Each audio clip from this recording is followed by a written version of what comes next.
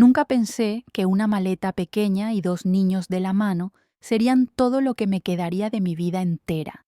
Pero así fue como llegué a la frontera en Laredo, Texas, en marzo del 2017. Mi nombre es Elena, tengo 47 años ahora, pero esta historia comenzó cuando tenía 32. Era otra mujer entonces, una mujer que todavía creía que las promesas se cumplían y que la familia siempre estaba ahí para ayudarte. Todo comenzó en la Ciudad de México. Mi esposo había muerto en un accidente de trabajo 2 años antes, y yo me quedé sola con Mateo de 9 años y Luis de 6.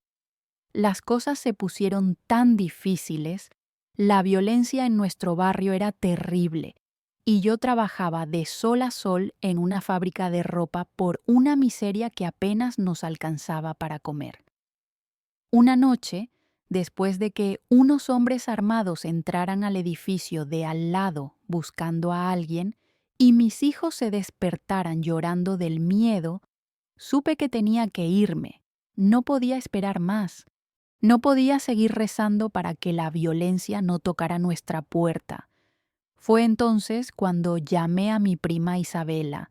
Ella vivía en San Antonio desde hacía 5 años y siempre me decía: Elena, ven acá, aquí hay trabajo, hay oportunidades, yo te ayudo.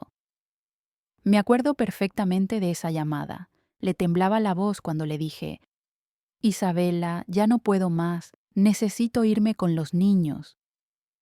Claro que sí, prima, me dijo. Vente ya. Yo te tengo un cuartito preparado y conozco gente que da trabajo. No te preocupes por nada. Vendí todo lo que tenía: la televisión, la refrigeradora, hasta la cama donde mis hijos habían dormido toda su vida. Junté $3,500. Era mi vida entera convertida en billetes que guardaba en una bolsita cosida dentro de mi ropa interior. El viaje fue una pesadilla que no se la deseo a nadie. 3 días en autobuses llenos de gente que también huía de algo. Mateo, mi hijo mayor, se hacía el fuerte, pero yo lo veía cómo se agarraba a mi brazo cada vez que el autobús se paraba en algún retén. Luis, el pequeño, me preguntaba cada hora: Mami, ¿cuándo llegamos a nuestra nueva casa? Pronto, mi amor, pronto vamos a estar seguros. Pero yo misma no sabía si era verdad. La frontera. Dios mío, la frontera. Yo había oído historias, pero vivirlo es diferente. El coyote que nos ayudó a cruzar era un hombre rudo que nos trataba como ganado. Caminan rápido, no hacen ruido, y si se quedan atrás, nos dijo. Caminamos toda una noche por el desierto. Luis lloraba bajito porque le dolían los pies y yo lo cargaba cuando ya no podía más. Mateo, mi valiente Mateo, ayudaba a cargar las pocas cosas que traíamos. Cuando finalmente cruzamos, cuando pisé tierra estadounidense por primera vez, no sentí alivio, sentí terror, terror de no saber qué venía después, terror de haber tomado la decisión equivocada. Pero Isabela nos esperaba del otro lado, en Laredo. La vi de lejos, gritando mi nombre, y por primera vez en meses sentí que tal vez todo iba a salir bien. Elena, mis niños hermosos. Nos abrazó fuerte y olía a perfume caro. Traía ropa bonita, zapatos nuevos, se veía próspera, exitosa. Ya llegaron a su nueva vida, nos dijo mientras caminábamos hacia su carro. En San Antonio los están esperando cosas buenas. Vas a ver. Durante el viaje en carro hacia San Antonio, ella me contaba de su trabajo en una oficina, de su apartamento bonito, de cómo había conocido gente importante que podía ayudarme. Lo único que tienes que hacer es confiar en mí, Elena. Yo ya pasé por todo esto. Yo sé cómo se hace aquí. Mis hijos se habían quedado dormidos en el asiento trasero. Los miré por el espejo y pensé: lo logré, los saqué de allá. Ahora van a tener la vida que se merecen. Si hubiera sabido lo que me esperaba en San Antonio, si hubiera sabido que la primera traición viene de donde menos te lo esperas. Pero esa noche, manejando por las autopistas de Texas, con mis hijos dormidos y mi prima prometiéndome el cielo, yo todavía tenía esperanza. Todavía creía que las cosas buenas les pasan a las personas buenas. Qué ingenua era. El apartamento de Isabela no era como me lo había imaginado. Era pequeño, oscuro y olía a cigarrillo viejo. Pero después del viaje, cualquier cosa con techo nos parecía un palacio. «Es temporal», me dijo mientras nos mostraba un cuartito que apenas tenía espacio para un colchón en el suelo. «Hasta que consigas trabajo y puedas rentar tu propio lugar». Los primeros días fueron extraños. Isabela salía muy temprano y regresaba muy tarde. Decía que trabajaba en una oficina, pero nunca me contaba exactamente qué hacía. Yo me quedaba con los niños, tratando de que no hicieran mucho ruido, porque ella siempre andaba de mal humor. «Mira, Elena», me dijo una mañana mientras tomaba su café, «yo tengo contactos que pueden darte trabajo, pero aquí las cosas no funcionan como en México. Aquí todo cuesta dinero, los contactos cuestan dinero». Me explicó que necesitaba $500 para presentarme con la gente correcta, que sin eso nunca iba a conseguir trabajo. «Pero, prima, ese dinero es todo lo que me queda para emergencias». «Elena, ¿qué emergencia puede ser más grande que no tener trabajo? Dame el dinero, yo te consigo el trabajo y en 2 semanas ya lo recuperaste». Le di los $500. Era la primera vez que sentía esa sensación fea en el estómago, como cuando sabes que estás cometiendo un error pero no tienes otra opción. Pasaron 2 semanas, después 3. Isabela siempre tenía una excusa nueva, que la persona no había venido, que necesitaba más tiempo, que las cosas estaban complicadas. «Oye, y mientras tanto, también necesito que me ayudes con los gastos de la casa», me dijo un día. «La comida, la luz, el agua, todo eso cuesta dinero y ustedes 3 están viviendo aquí». «Pero prima, yo no tengo trabajo todavía». «Tienes tus ahorros». Era cierto. Todavía me quedaban como $2,800 de lo que había juntado vendiendo mis cosas. Pero esos dólares eran mi única seguridad, lo único que me daba tranquilidad de saber que podía alimentar a mis hijos si algo pasaba. «Mira», me dijo un día, sentándose muy seria en la mesa de la cocina, «esto no va a funcionar así. Tú me das tu dinero, yo te lo guardo en una cuenta bancaria para que estés seguro, y mientras tanto te consigo el trabajo. Cuando ya estés trabajando, te voy devolviendo de a poquito». «¿Todo el dinero?» «Elena, aquí en Estados Unidos no puedes andar con efectivo. Es peligroso. Los bancos aquí son diferentes, son seguros. Yo ya tengo cuenta, yo ya sé cómo funciona todo». Mateo, mi hijo mayor, estaba sentado en el sofá haciendo tarea, pero yo sabía que estaba escuchando todo. Ese niño siempre ha sido muy inteligente, muy perceptivo. Le di el dinero, $2,800, todo lo que me quedaba en el mundo. «Perfecto», me dijo Isabela, contando los billetes. «Mañana mismo lo deposito, y la próxima semana ya tendrás trabajo». Esa noche no pude dormir. Algo dentro de mí sabía que había cometido el error más grande de mi vida, pero era mi prima, era mi familia, era la única persona que conocía en todo el país. 2 días después, llegué del súper y Isabela estaba metiendo ropa en una maleta. «¿Qué pasa, prima? ¿Vas a algún lado?» «Sí, Elena, me voy por unos días. Tengo que ir a Dallas por un trabajo». «¿Y mi dinero? ¿Y el trabajo que me ibas a conseguir?» Se volteó hacia mí con una cara que nunca había visto antes, fría, calculadora. «¿Qué dinero, Elena? Yo no tengo ningún dinero tuyo». Prima, me estás bromeando. Te di $2,800 hace 3 días.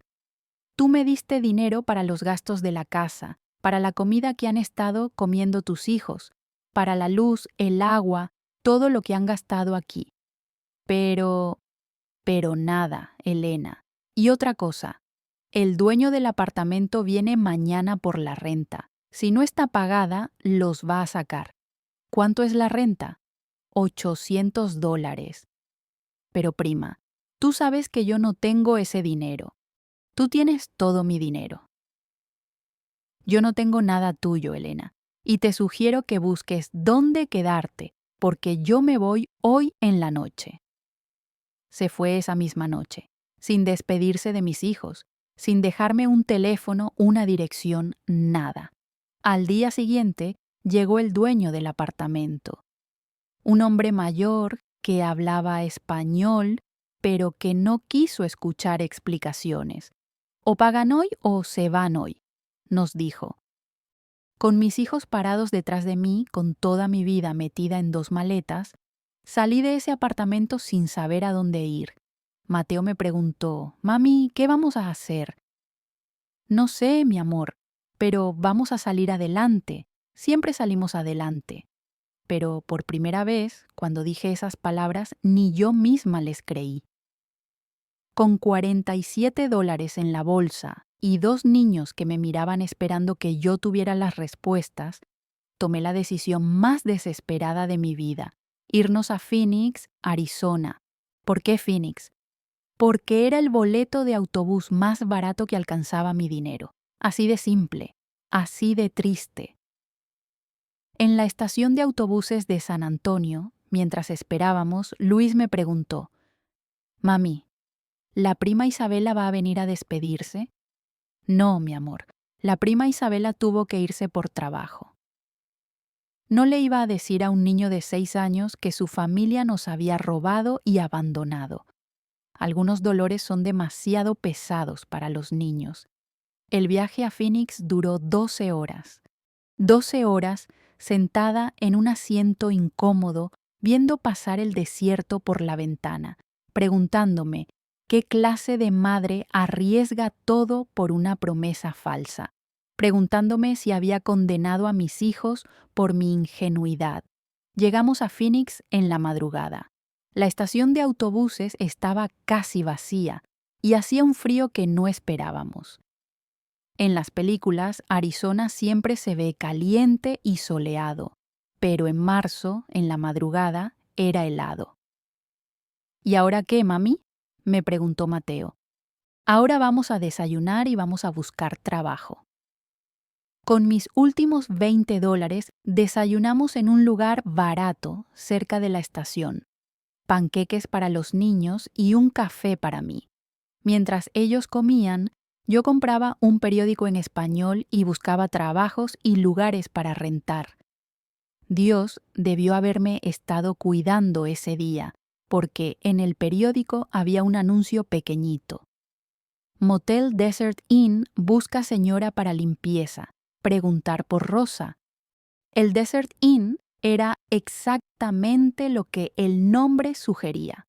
Un motel viejo, de esos de carretera, con cuartos que rentaban por día o por semana. Rosa era una mexicana de unos 50 años que llevaba trabajando ahí desde siempre. ¿Tienes experiencia limpiando cuartos?, me preguntó. Sí, señora. En México trabajé en hoteles. Era mentira, pero necesitaba ese trabajo. Te pago $8 la hora. Vienes todos los días a las 6 de la mañana. Terminas cuando termines. ¿Tienes papeles? Estoy trabajando en eso. Rosa me miró a los ojos. Después miró a mis hijos que estaban sentados en el carro esperándome. Está bien, empiezas mañana. Con el primer problema resuelto, tenía que encontrar dónde vivir. Rosa me dijo de un parque de trailers a unas millas del motel. Ahí renta gente como nosotros, me dijo. El Sunset Mobile Park. Hasta el nombre era irónico. No había nada de bonito en esos atardeceres. Don Esteban, El encargado era un hombre gordo que masticaba tabaco y me miraba como si fuera a robarle algo. Tráiler 47. 300 al mes más 100 de depósito, efectivo, sin excepciones. El tráiler 47 era una lata oxidada de 30 metros cuadrados. Tenía una cocineta que no funcionaba bien, un baño tan pequeño que apenas cabía una persona y 2 cuartitos con ventanas rotas que tapamos con cartón. Es temporal, le dije a Mateo esa primera noche, mientras extendíamos las cobijas en el suelo, hasta que junte dinero para algo mejor. Pero los meses pasaron y temporal se convirtió en nuestro hogar. Trabajaba de 6 de la mañana a 4 de la tarde limpiando cuartos en el motel. Llegaba a casa muerta de cansancio, pero tenía que ayudar a mis hijos con la tarea, hacer de cenar con las 2 hornillas que funcionaban y tratar de que se sintieran normales en una situación que no tenía nada de normal. Los primeros meses me sentí exitosa. Tenía trabajo, tenía techo, mis hijos estaban en la escuela. Pensé, lo logré. A pesar de todo, lo logré. Pero el Sunset Mobile Park no era lugar para criar niños. Los vecinos... Dios mío, los vecinos. Había de todo. Gente que vendía drogas, gente que vivía con miedo, gente que gritaba toda la noche. Al principio yo pensaba, mientras nosotros no nos metamos en problemas, los problemas no se van a meter con nosotros. Qué equivocada estaba. El tráiler de al lado estaba rentado por un hombre que se llamaba Rick. Era blanco, de unos 40 años, y siempre andaba con gente extraña que llegaba a todas horas. Yo les decía a mis hijos, saluden cuando los saluden, pero no hablen con esa gente. Rick siempre me hablaba cuando me veía llegar del trabajo. Hola, Elena, ¿cómo está el trabajo? Al principio pensé que solo estaba siendo amable. Después me di cuenta de que sabía demasiado de nosotros. Sabía a qué horas salía, a qué horas llegaba, cuándo mis hijos estaban solos. Una tarde Luis me dijo, Mami, el señor Rick me preguntó si tú tenías novio. ¿Qué le dijiste? Que no sabía. Si te vuelve a preguntar algo, me dices a mí, sí, mi amor. Pero eso era solo el principio. El Sunset Mobile Park se estaba convirtiendo en algo peligroso, y yo no me había dado cuenta hasta que ya era demasiado tarde. El día que todo cambió, llegué del trabajo y Mateo estaba pálido, temblando. Mami, necesito hablar contigo. Y lo que me contó me heló la sangre. Mami, hoy vinieron unos policías al tráiler de Rick. Mateo había llegado de la escuela antes que Luis, como siempre.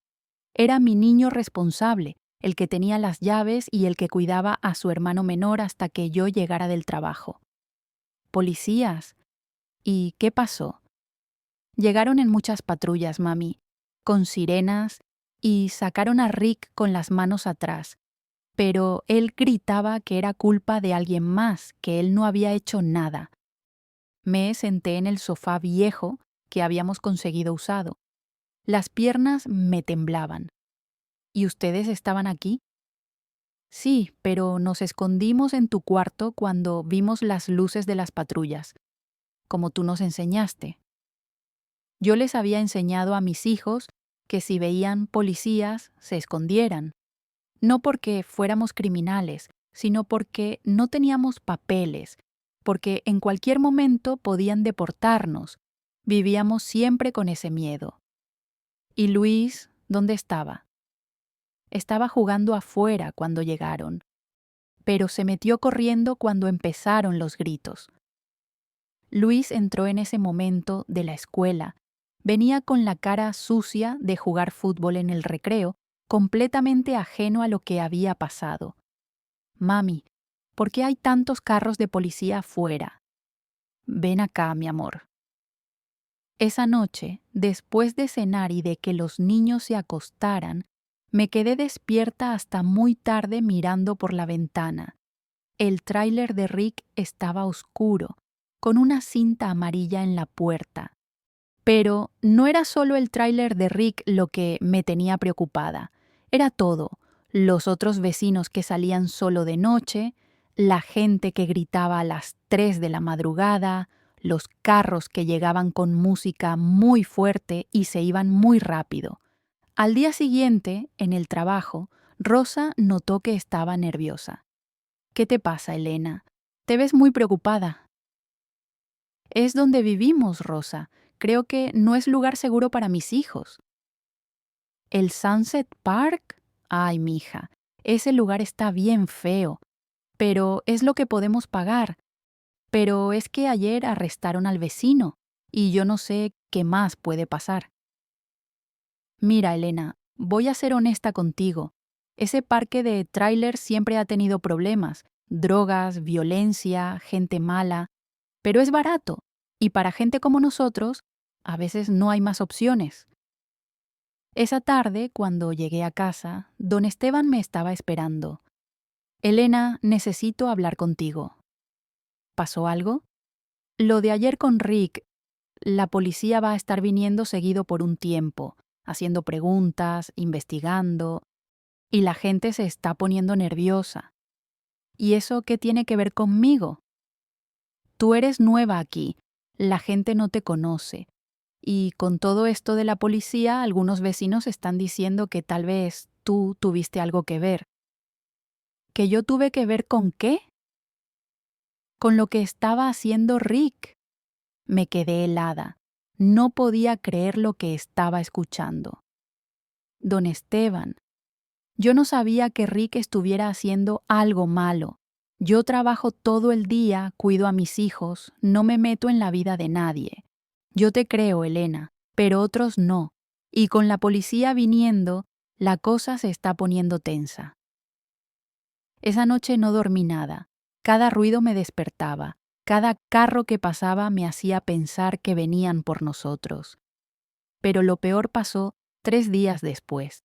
Era viernes por la noche. Yo había llegado tarde del trabajo porque había tenido que limpiar más cuartos de lo normal. Los niños ya habían cenado y estaban viendo televisión. Como a las 11 de la noche, empezamos a escuchar gritos en el tráiler del otro lado, gritos de hombre, gritos de mujer, sonidos como de cosas rompiéndose. «Mami, ¿qué es eso?», me preguntó Luis. «No sé, mi amor, pero vamos a quedarnos aquí adentro». Los gritos se hicieron más fuertes. Después escuchamos un disparo. «¡Al suelo!», les grité a mis hijos. «¡Al suelo ahora!». Nos tiramos al piso de la sala. Mateo abrazó a Luis y yo los abracé a los dos. Podía sentir cómo los corazoncitos de mis bebés latían rapidísimo contra mi pecho. Después del disparo, todo se quedó en silencio, un silencio que daba más miedo que los gritos. «¿Ya pasó, mami?», susurró Luis. «Shh, mi amor, todavía no sabemos». Nos quedamos ahí, en el piso, por lo que se sintió como horas. Después escuchamos las sirenas. Ambulancia, policía, otra vez. Por la ventana vi cómo sacaban a alguien en una camilla. No sé si estaba vivo o muerto, pero había mucha sangre.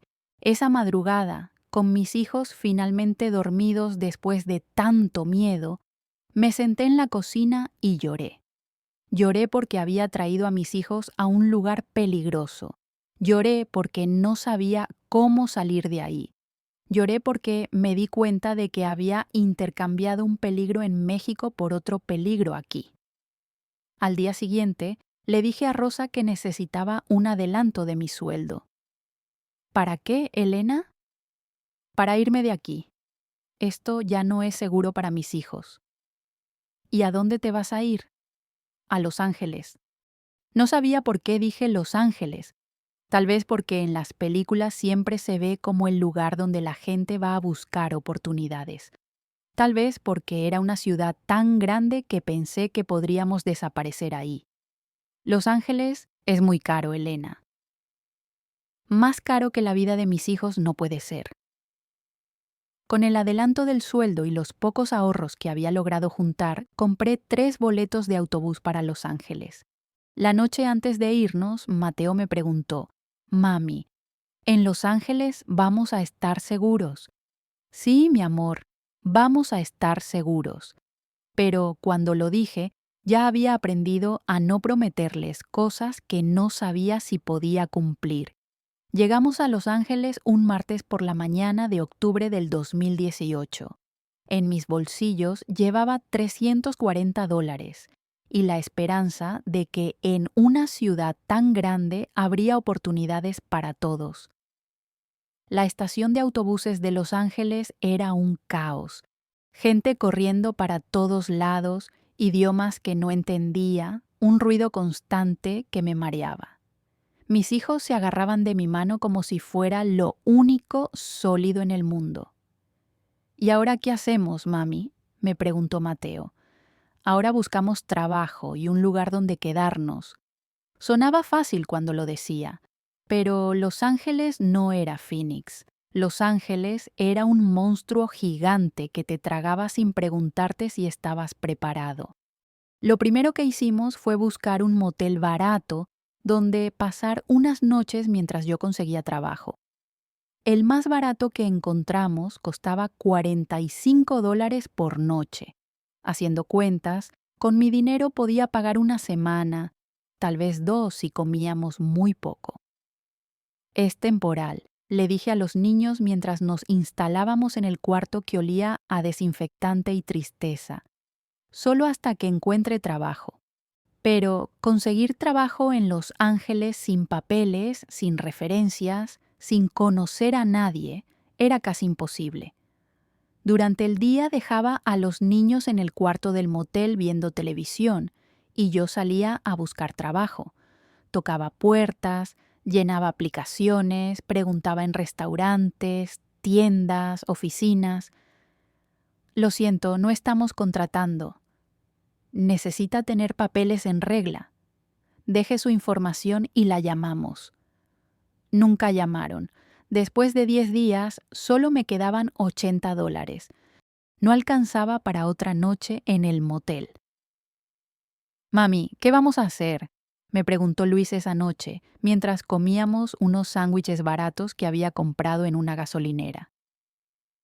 «Vamos a buscar un refugio», le dije. «Un lugar donde ayudan a familias como nosotros». Había escuchado que en Los Ángeles había refugios para familias sin hogar, pero cuando llegué al primero, había una fila de como 50 personas esperando. «Solo tenemos espacio para 2 familias esta noche», nos dijo la señora en la recepción, «y ya están apartados». «Y mañana. Mañana tiene que venir a las 6 de la mañana a formarse otra vez. Tal vez haya espacio, tal vez no». Fuimos a 3 refugios diferentes. En todos la respuesta fue la misma: no hay espacio. Esa noche tuvimos que dormir en el carro que había comprado con mis últimos $. Un carro viejo, de segunda mano, que me costó $800 y que se apagaba cada vez que paraba en un semáforo. «Mami, tengo frío», me dijo Luis. «Ven acá, mi amor. Vamos a dormir juntitos». Los 3 nos acurrucamos en el asiento trasero. Yo no dormí nada esa noche. Los escuchaba respirar, sentía cómo temblaban del frío y me odiaba por haberlos traído ahí. Al día siguiente volví a buscar trabajo. Pero ahora tenía un problema más. ¿Dónde dejar a los niños? No podía llevarlos conmigo a buscar trabajo, pero tampoco podía dejarlos solos en el carro en una ciudad que no conocía. La solución la encontré en una biblioteca pública. Los niños podían estar ahí durante el día haciendo tarea, leyendo, usando las computadoras, y yo podía salir a buscar trabajo sin preocuparme de que estuvieran en peligro. «Voy a venir por ustedes a las 4», les dije esa primera mañana en la biblioteca. «Si no llego, me esperan aquí adentro. No salgan solos». «¿Y si no consigues trabajo hoy?», me preguntó Mateo. «Voy a conseguir trabajo. Tengo que conseguir trabajo». Pero no conseguí trabajo ese día. Ni ese día, ni al siguiente, ni al siguiente. Una semana después de haber llegado a Los Ángeles, dormíamos en el carro todas las noches. Nos bañábamos en los baños públicos de la biblioteca, comíamos lo más barato que podíamos comprar y yo seguía buscando trabajo sin encontrar nada. Una noche, estacionada en el parqueo de una tienda que nunca cerraba, Mateo me preguntó algo que me rompió el corazón. Mami, ¿nos vamos a morir aquí? No, mi amor, no nos vamos a morir. Mami va a encontrar la manera. Pero esa noche, viendo a mis hijos dormidos en el asiento trasero de un carro viejo, en el parqueo de una tienda en Los Ángeles, me di cuenta de que había tocado fondo. O tal vez pensé que había tocado fondo. Todavía no sabía que se podía caer más bajo. Dormir en un carro por una noche es una aventura. Dormir en un carro por una semana es desesperante. Dormir en un carro por meses, eso te cambia para siempre. El carro se volvió nuestro mundo. 120 metros cuadrados de metal oxidado donde cabían todos nuestros sueños rotos. Teníamos reglas estrictas. Luis dormía pegado a la ventana del lado derecho, Mateo en el medio y yo del lado izquierdo, siempre despierta, siempre vigilando. ¿Por qué no puedo dormir en el asiento de adelante, mami?, me preguntó Luis las primeras semanas. Porque es más seguro que estemos todos juntitos, mi amor. No le iba a decir que dormía ahí para protegerlos, que cada ruido en la noche me despertaba pensando que alguien venía a hacernos daño. Los primeros meses fueron los más difíciles. No sabíamos dónde estacionar el carro para que no nos corrieran. Los policías nos movían de un lugar a otro. No pueden dormir aquí. Es propiedad privada. Pero nunca nos decían dónde sí podíamos dormir. Encontramos lugares seguros de a poquito. El parqueo del supermercado que estaba abierto 24 horas. La calle de atrás de una iglesia donde el pastor, aunque nunca nos habló directamente, nunca llamó a la policía. El parqueo de una lavandería donde había otras familias como nosotros, porque no éramos los únicos. Había muchas familias viviendo en sus carros en Los Ángeles, familias completas que perdieron sus casas, mujeres con niños que huían de algo, ancianos que ya no podían pagar renta. Nos reconocíamos sin hablar, nos saludábamos con la mirada. Lo más difícil era mantener a mis hijos limpios para que pudieran ir a la escuela. Cada mañana a las 6 íbamos al baño de la biblioteca que abría temprano. Ahí nos lavábamos la cara, nos cepillábamos los dientes. Yo les peinaba el pelo con cuidado. Mami, ¿por qué no podemos contarle a la maestra que dormimos en el carro?, me preguntó Luis una mañana. Porque es nuestro secreto, mi amor, solo nuestro. Tenía miedo de que, si la escuela se enteraba, me quitaran a mis hijos. Tenía miedo de que nos deportaran. Tenía miedo de todo. Mateo, mi niño grande, empezó a cambiar. Se volvió más callado, más serio. A veces lo veía mirando por la ventana del carro y sabía que estaba pensando cosas muy pesadas para un niño de 10 años. ¿Estás bien, mi amor?, le preguntaba. Sí, mami, estoy bien. Pero no estaba bien. Ninguno de nosotros estaba bien. El trabajo seguía siendo imposible de conseguir. Sin dirección, sin teléfono fijo, sin referencias, nadie me quería contratar. Conseguía trabajitos de un día, limpiar una casa, cuidar niños por unas horas, ayudar en una mudanza, pero nada fijo, nada seguro. Con esos trabajitos de vez en cuando, compraba comida barata, pan, mantequilla de maní, bananas, agua. Comíamos 2 veces al día si había dinero, 1 vez al día cuando no había. Mami, tengo hambre, me decía Luis algunas noches. Ya sé, mi amor, mañana vamos a desayunar rico. Pero a veces no había mañana rico. A veces el desayuno era solo agua y las promesas de que todo iba a mejorar. En invierno, el frío dentro del carro era insoportable. Teníamos 2 cobijas para los 3. Yo les daba mi cobija a ellos y me quedaba despierta toda la noche, temblando, pero viendo que ellos estuvieran calentitos. En verano, el calor era peor que el frío. El carro se convertía en un horno. Teníamos que dejar las ventanas abiertas, pero eso significaba que cualquier persona podía vernos, molestarnos, hacernos daño. Una noche de julio, muy caliente, un hombre borracho se acercó al carro y empezó a tocar en la ventana. «Oye, mamacita, ¿necesitas compañía? Váyase, por favor. Estamos durmiendo», le dije sin abrir la ventana. «No seas grosera, solo quiero platicar». Mateo se despertó con el ruido. Vi el miedo en sus ojos. «Mami, ¿qué quiere ese señor?» «Nada, mi amor, ya se va a ir». Pero el hombre no se iba. Siguió tocando la ventana, diciendo cosas feas, tratando de abrir las puertas. Tuve que encender el carro y manejar a otro lugar en plena madrugada, con mis hijos asustados y llorando. «¿Por qué ese señor nos quería hacer daño?», me preguntó Luis. «No nos quería hacer daño, mi amor, solo estaba confundido». «Pero sí nos quería hacer daño, y yo lo sabía». Los meses pasaron, octubre, noviembre, diciembre, las navidades más tristes de nuestras vidas. Otras familias decoraban sus casas, compraban regalos, hacían cenas especiales. Nosotros estábamos en el parqueo del supermercado, comiendo sándwiches baratos y viendo las luces de Navidad a través del parabrisas.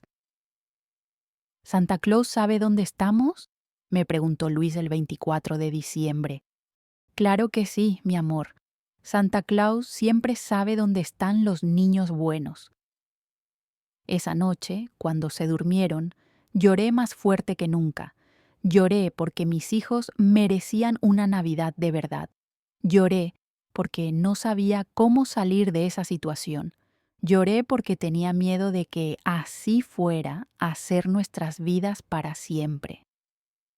Pero lo que más me dolía era ver cómo mis hijos se estaban acostumbrando. Luis ya no preguntaba cuándo íbamos a tener una casa. Mateo ya no se quejaba del frío. Se estaban acostumbrando a vivir como invisibles. Y yo tenía miedo de que yo también me estuviera acostumbrando. Una mañana de enero, después de casi un año viviendo en el carro, Mateo me dijo algo que me despertó. «Mami, ayer en la escuela la maestra preguntó qué queríamos ser cuando fuéramos grandes. Todos los niños dijeron doctores, maestros, policías. Yo no supe qué decir». «¿Por qué no, mi amor?» «Porque no sé si la gente como nosotros puede ser esas cosas».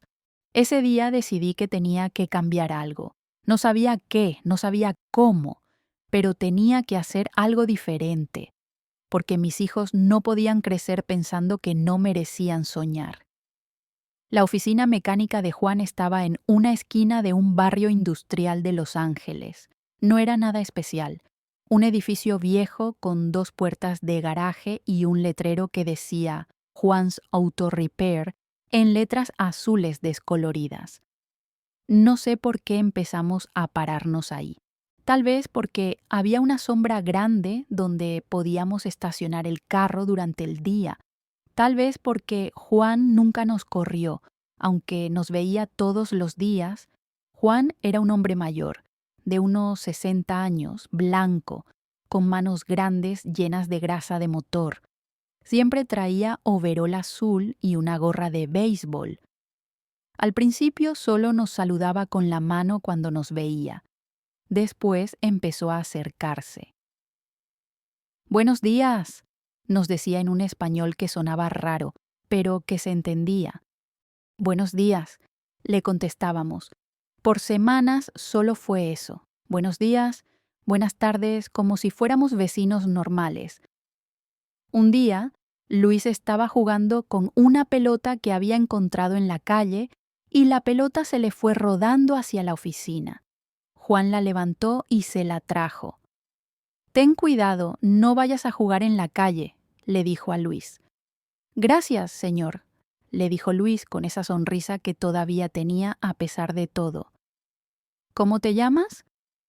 «Luis, y él es mi hermano Mateo, y ella es mi mami Elena. Mucho gusto, yo soy Juan». Fue la primera conversación real que tuvimos, corta, simple, pero real. Los días siguientes, Juan empezó a traerles agua a los niños cuando hacía mucho calor. Después les trajo unas galletas. Después les preguntó si querían usar el baño de la oficina. «¿No te molesta?», le pregunté. «No me molesta, los niños necesitan un baño limpio». Era la primera vez en meses que alguien era amable con nosotros sin querer algo a cambio. Una tarde, cuando yo regresé de buscar trabajo, encontré a Juan enseñándole a Mateo cómo cambiar una llanta. «Su niño tiene manos buenas para la mecánica», me dijo. «Espero que no lo esté molestando». «No me molesta. Me recuerda a mi hijo cuando era chico». «¿Tiene hijos?» «Tenía, se murió en Afganistán hace 5 años». No supe qué decir. Juan siguió trabajando, pero vi tristeza en sus ojos. Esa noche, Mateo me contó: «Mami, Juan me dijo que su esposa también se murió, que por eso vive solo y trabaja tanto». Empecé a entender por qué Juan era amable con nosotros. Estaba tan solo como nosotros estábamos desesperados. El día que todo cambió fue un martes de febrero. Luis había amanecido con mucha fiebre y tos. Toda la mañana había estado muy débil, casi sin poder levantarse del asiento del carro. «Mami, me duele todo», me decía. Le toqué la frente. Estaba ardiendo. Yo no tenía dinero para llevarlo al doctor. No tenía seguro médico. No sabía qué hacer. A las 10 de la mañana, Luis estaba tan mal que ya no podía ni abrir los ojos bien. Mateo estaba asustadísimo. «¿Se va a morir Luis?», me preguntó. «No se va a morir, pero necesita un doctor». Vi a Juan trabajando en un carro y tomé la decisión más difícil de ese año: pedirle ayuda a alguien. Caminé hacia la oficina con Luis en brazos. Pesaba tan poco que parecía un pajarito. «Juan, disculpe que lo moleste». Juan levantó la vista y cuando vio a Luis, dejó las herramientas inmediatamente. «¿Qué le pasa al niño?» «Tiene mucha fiebre desde ayer. No tengo dinero para llevarlo al doctor». Juan no lo pensó ni un segundo. «Vamos al hospital, ahora». «Pero, Juan, yo no puedo pagar». «Primero el niño, después hablamos de dinero». Subimos a la camioneta de Juan. Mateo se subió atrás con Luis, agarrándole la mano a su hermanito. Yo iba adelante, rezando para que Luis estuviera bien. En el hospital, Juan habló con las enfermeras en inglés. No entendí todo lo que dijo, pero sí entendí cuando dijo que él iba a pagar la consulta. «Juan, no puede hacer eso». «Sí puedo, y lo voy a hacer». Luis tenía una infección muy fuerte. Le dieron medicinas y suero. 3 horas después ya estaba mejor. «Va a estar bien», nos dijo el doctor, «pero necesita descansar en un lugar caliente y limpio». En el camino de regreso, Juan manejaba en silencio. Cuando llegamos a la oficina, en lugar de dejarnos en el carro como siempre, nos dijo: «Vengan, vamos adentro». Adentro de la oficina había una oficina pequeña con un sofá, un escritorio y una cocineta. Atrás había un cuarto con una cama. «Pueden quedarse aquí esta noche», nos dijo. «El niño necesita descansar bien». «Juan, no podemos». «Sí pueden. Y no es por lástima. Es porque todos necesitamos ayuda a veces». Esa noche, por primera vez en casi un año, mis hijos durmieron en una cama de verdad.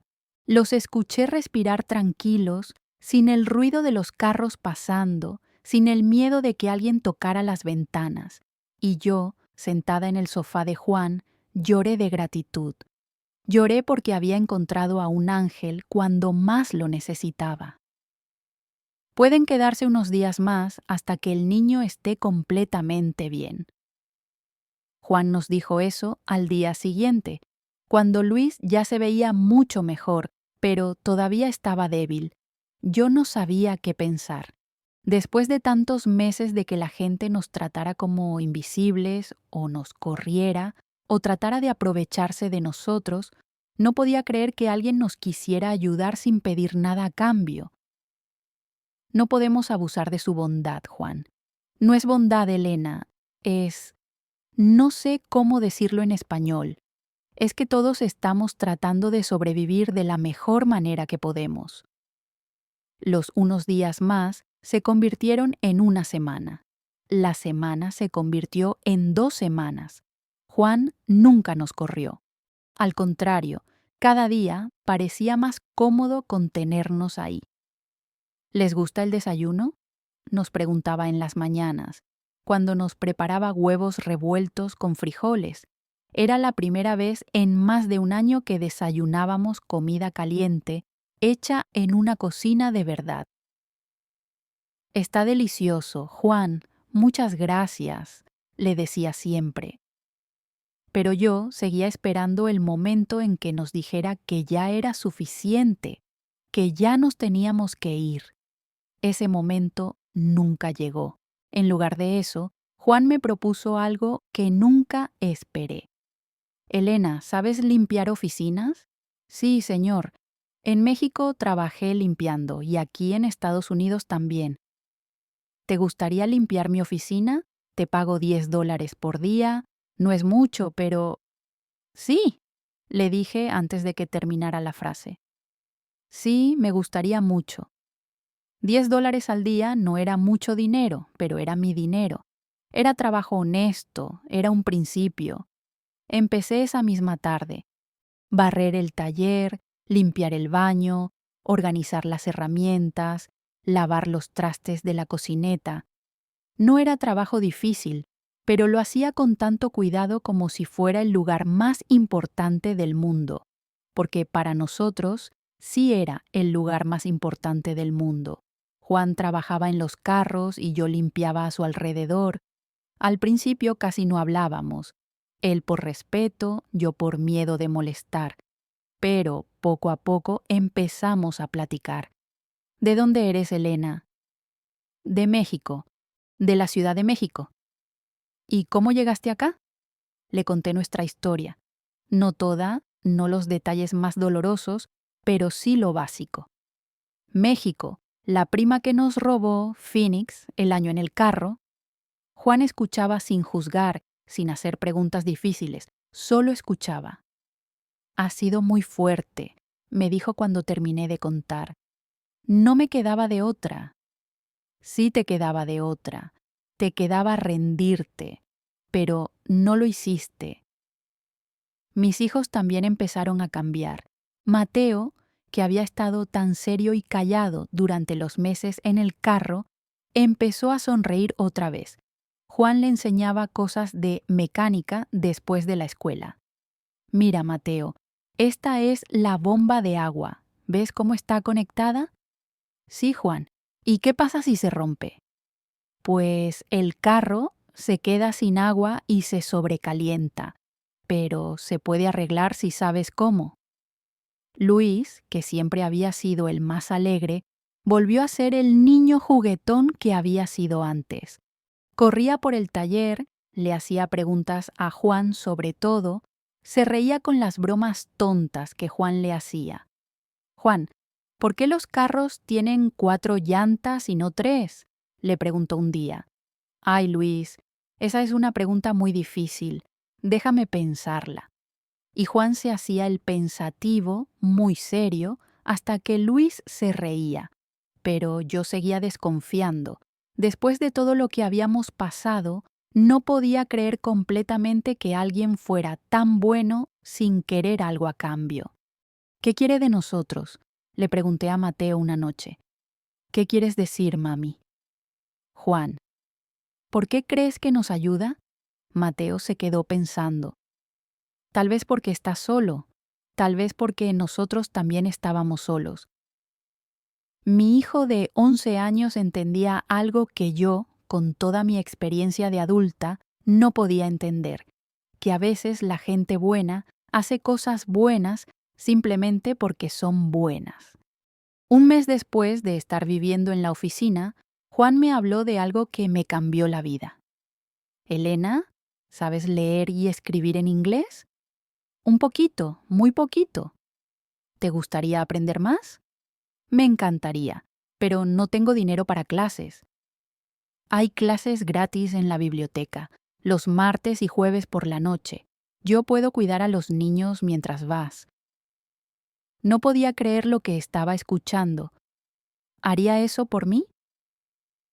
Claro, el inglés te va a abrir muchas puertas.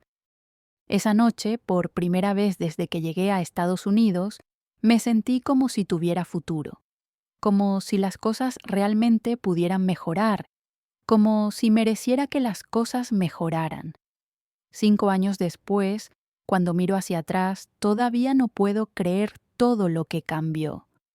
Las clases de inglés en la biblioteca fueron el principio de todo. Al principio me daba mucha pena.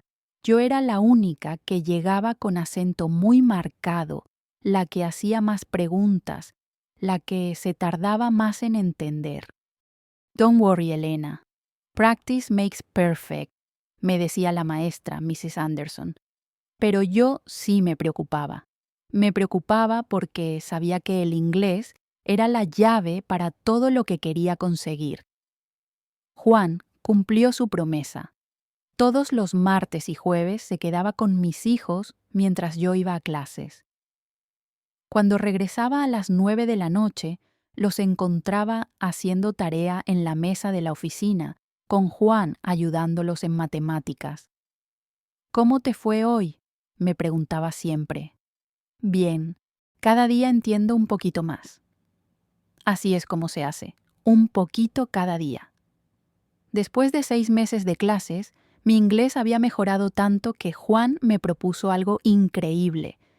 Elena, ¿te gustaría ayudarme con los clientes? ¿Con los clientes?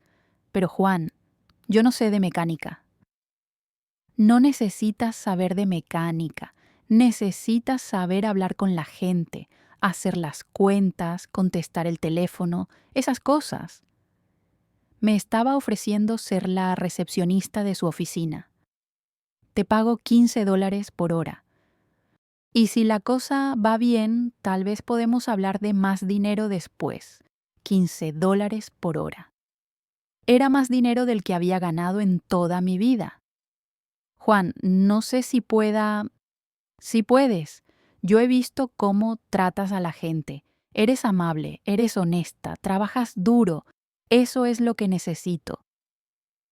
Mi primer día como recepcionista estaba tan nerviosa que me temblaban las manos, pero Juan me había preparado bien.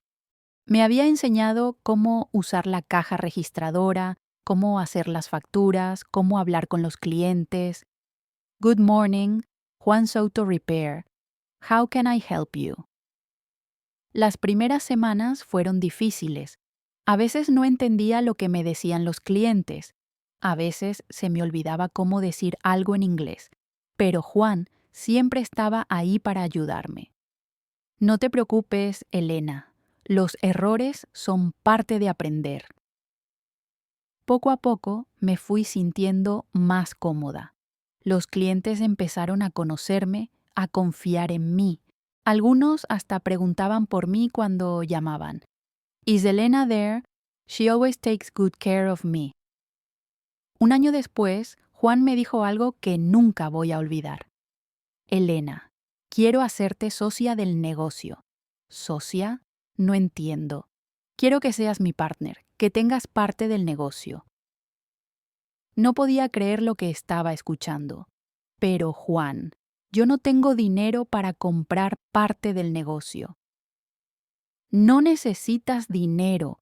has trabajado tanto, has ayudado tanto que ya te lo ganaste. Esa noche lloré otra vez, pero esta vez lloré de felicidad. Los niños también estaban creciendo y prosperando. Mateo, que ya tenía 15 años, trabajaba en el taller los fines de semana.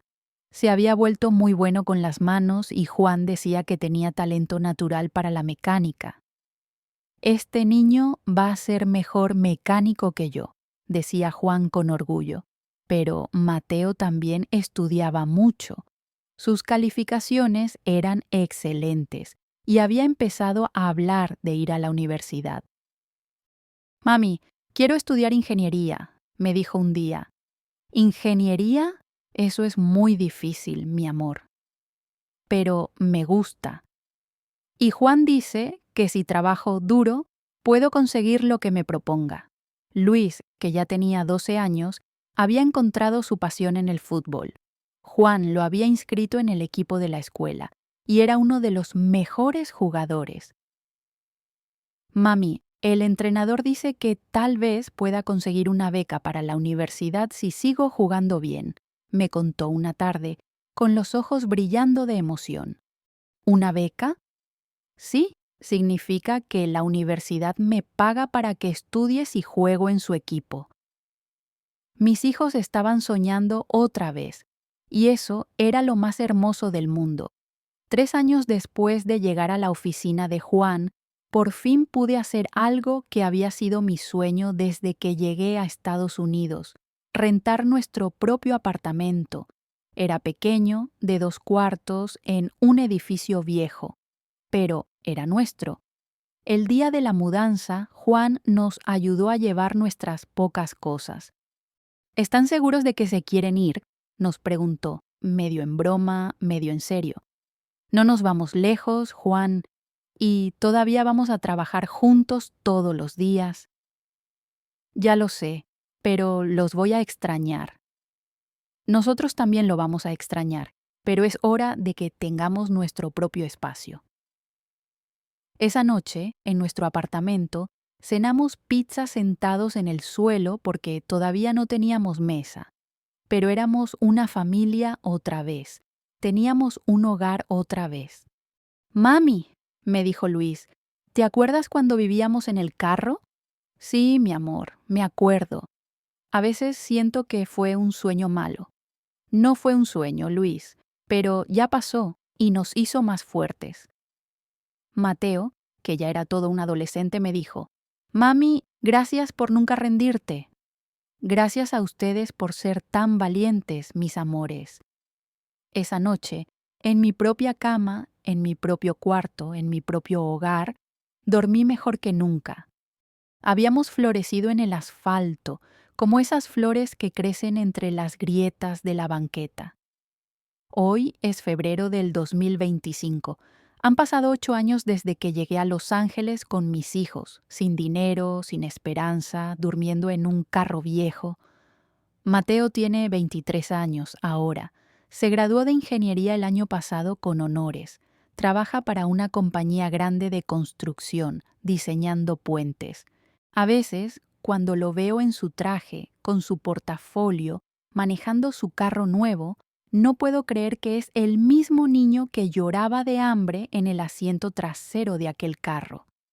Mami, nada de esto hubiera sido posible sin ti, me dice cada vez que lo felicito por sus logros. Pero yo sé que no es cierto. Él se salvó a sí mismo con su determinación, su inteligencia, su corazón bueno. Luis tiene 20 años y está en su segundo año de universidad con una beca completa de fútbol. Estudia administración de empresas y dice que algún día quiere tener su propio negocio. Es el mismo niño alegre que siempre fue, pero ahora con sueños tan grandes como su sonrisa. Mami, cuando tenga mi empresa, tú vas a ser mi socia, me dice. ¿Y qué vamos a vender?, le pregunto. Esperanza, me dice. Vamos a vender esperanza. Juan sigue siendo mi socio en la oficina mecánica, pero ahora somos socios de verdad. El negocio ha crecido mucho. Tenemos 3 mecánicos trabajando con nosotros y una lista de clientes que confían en nosotros. Juan tiene 68 años ahora. Habla de retirarse pronto y dejarme el negocio completo. Tú lo construiste tanto como yo, me dice. Es justo que sea tuyo, pero yo sé que sin él nada de esto hubiera existido. Juan no solo nos salvó la vida, nos enseñó que todavía había gente buena en el mundo. El otro día fui a visitar el parqueo donde solíamos dormir en el carro. Todavía hay familias ahí. Vi a una mujer con 2 niños pequeños, durmiendo en un carro igual de viejo que el que teníamos nosotros. Me acerqué y toqué en su ventana. Disculpe, ¿necesita ayuda? La mujer me miró con la misma mezcla de miedo y esperanza que yo tenía hace 8 años. No tengo dinero para darle, me dijo. No le estoy pidiendo dinero. Le estoy ofreciendo ayuda. Le di mi tarjeta de la oficina mecánica. Si necesita trabajo, venga a verme. Y si necesita un lugar seguro donde dormir esta noche, también puedo ayudarla. No sé si va a venir. Mucha gente que ha sufrido como nosotros sufrimos desconfía de la ayuda, pero espero que sí venga, porque ahora entiendo algo que no entendía antes. La vida no se trata de lo que recibes, se trata de lo que das. Juan me enseñó eso. Me enseñó que cuando has recibido una segunda oportunidad, tu trabajo es dar segundas oportunidades a otros. Mi nombre es Elena, tengo 47 años, soy mexicana, soy inmigrante, soy madre, soy empresaria, soy sobreviviente. Durante mucho tiempo pensé que el sueño estadounidense era tener mucho dinero, una casa grande, un carro nuevo. Ahora sé que el sueño estadounidense es mucho más simple y mucho más complicado que eso. Es la oportunidad de fracasar y levantarte otra vez. Es la posibilidad de que tus hijos tengan mejores oportunidades que tú. Es encontrar gente buena en los momentos más oscuros. Es descubrir que eres más fuerte de lo que creías. Es poder ayudar a otros que están pasando por lo que tú pasaste. No fue fácil, no fue rápido, no fue como en las películas, pero fue posible.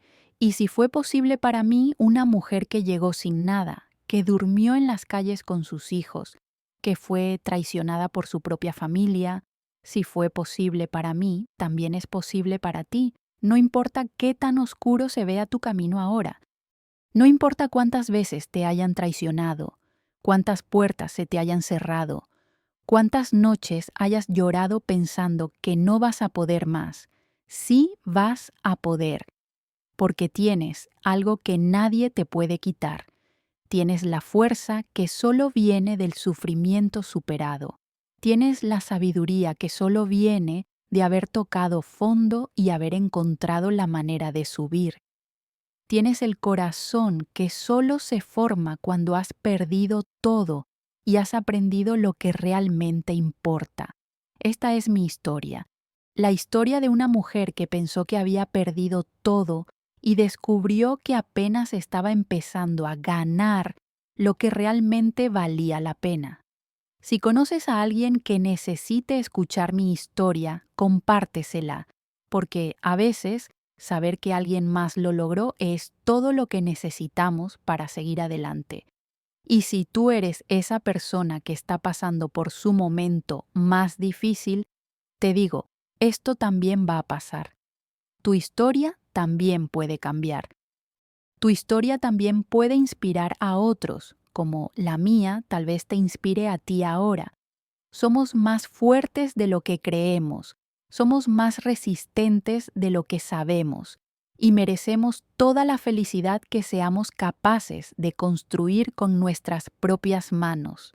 Yo soy Elena desde Los Ángeles y te recuerdo que el sol siempre sale, aunque la noche haya sido muy larga. Gracias por escuchar mi historia.